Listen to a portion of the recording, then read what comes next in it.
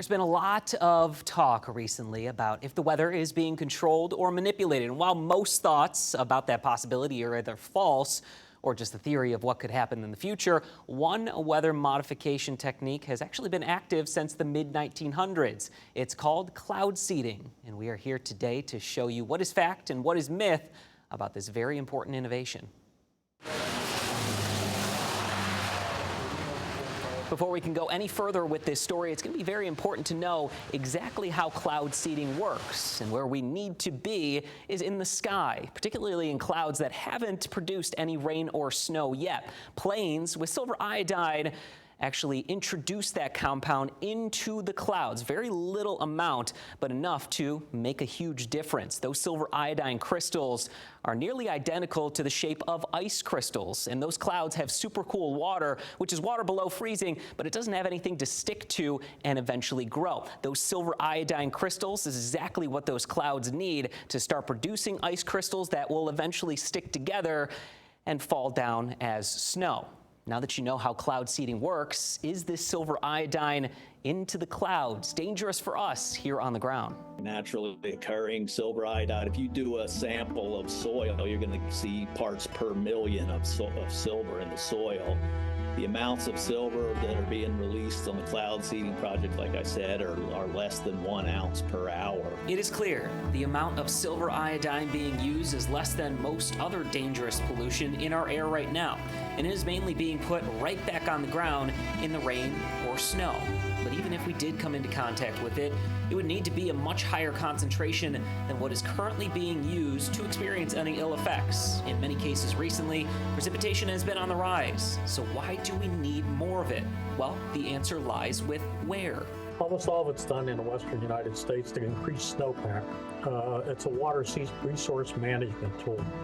It's one way, if you think about water in the West, you basically there's very few ways to get more water. One is conservation, one is importation, one is desalinization, and you can pump groundwater out of the ground, or you can try to make more water out of the clouds, and that's what the cloud seeding is about.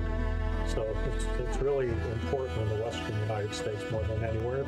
This map shows a significant drop in annual precipitation around and west of the Rockies. Precipitation is like gold in these areas to support life and also keep natural disasters from getting out of hand. Cloud seeding really makes a difference when it matters most. Most of the projects, if you're in a seeded location, can add about 10% more overall snowfall to the snowpack. We do a project in the Sierra Nevada, the Tahoe Truckee project, and that project puts down somewhere on the order of 20,000 acre-feet per year. And a typical household in Nevada, in this part of northwestern Nevada, uses about 1/3 of an acre-foot for their entire use for a year. So that 20,000 acre-feet is almost enough water for 60,000 households, and the costs to create that water is on the order of about $10 per acre foot.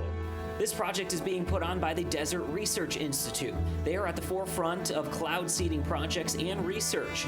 They are also using machines on the ground to put silver iodine into the clouds, which reduces pollution from planes that would otherwise be used. And while they are making a difference in lives out west, they also have put extensive time into making sure their projects don't have any negative impacts. We have a rule where if the snowpack exceeds 150% of normal, the project's suspended. So we basically, when we get these big winters where there's lots of snow, the project's suspended. We're obviously gonna stand down if there's any potential flooding or anything like that. Cloud seeding will never be what causes headline-making weather events, nor could it due to the amount of energy it would take, which we do not have the ability to even manufacture. It is important to not fall into the myths, but also know that any other weather-controlling talk is not actually real or is still being researched at this point in time. There's been discussion of ways to influence climate, and that involves cloud brightening or putting aerosols in the stratosphere. This is all just hypothetical.